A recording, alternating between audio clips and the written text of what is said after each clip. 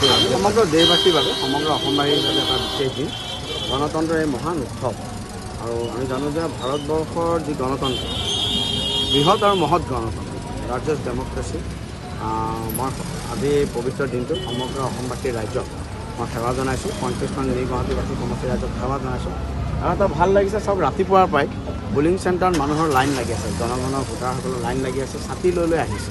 মই ভাবোঁ এইটো শুভ লক্ষণ মই প্ৰথমতে ৰাজনীতিৰ ঊৰ্ধত গৈ সমগ্ৰ অসমবাসীৰ ৰাইজক 35খন নিউ গুৱাহাটীবাসীৰ ৰাইজক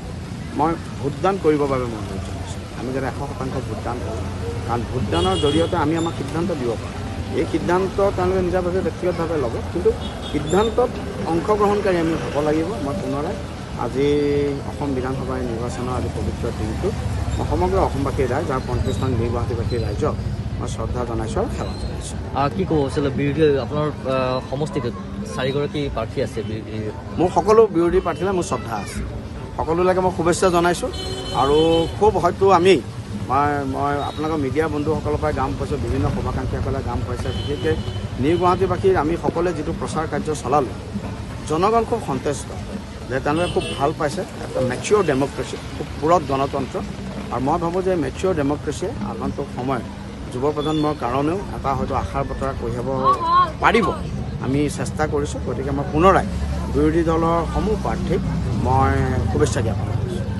সমগ্ৰ দেশবাসীৰ বাবে সমগ্ৰ অসমবাসীৰ বাবে এটা বিশেষ দিন গণতন্ত্ৰৰ এই মহান উৎসৱ আৰু আমি জানো যে ভাৰতবৰ্ষৰ যি গণতন্ত্ৰ বৃহৎ আৰু মহৎ গণতন্ত্ৰ লাৰ্জেষ্ট ডেমক্ৰেচি মই আজি পবিত্ৰ দিনটো সমগ্ৰ অসমবাসীৰ ৰাইজক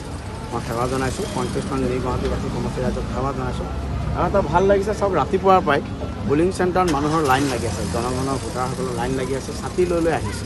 মই ভাবোঁ এইটো শুভ লক্ষণ মই প্ৰথমতে ৰাজনীতিৰ ঊৰ্ধত গৈ সমগ্ৰ অসমবাসীৰ ৰাইজক 35খন নিউ গুৱাহাটীবাসীৰ ৰাইজক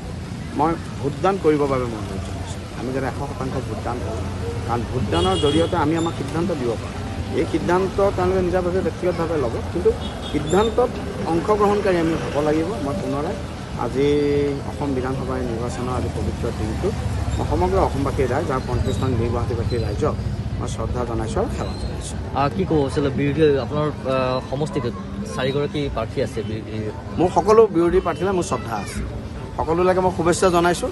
আৰু খুব হয়তো আমি মই আপোনালোকৰ মিডিয়া বন্ধুসকলৰ পৰাই গাম পাইছোঁ বিভিন্ন শুভাকাংক্ষীসকলে গাম পাইছে বিশেষকৈ নিউ গুৱাহাটীবাসীৰ আমি সকলোৱে যিটো প্ৰচাৰ কাৰ্য চলালোঁ জনগণ খুব সন্তুষ্ট যে তেওঁলোকে খুব ভাল পাইছে এটা মেচিয়ৰ ডেমক্ৰেচি খুব পুৰঠ গণতন্ত্ৰ আৰু মই ভাবোঁ যে মেচিয়ৰ ডেমক্ৰেচিয়ে আগন্তুক সময়ত যুৱ প্ৰজন্মৰ কাৰণেও এটা হয়তো আশাৰ বতৰা কঢ়িয়াব পাৰিব আমি চেষ্টা কৰিছোঁ গতিকে মই পুনৰাই বিৰোধী দলৰ সমূহ প্ৰাৰ্থীক মই শুভেচ্ছা জ্ঞাপন কৰিছোঁ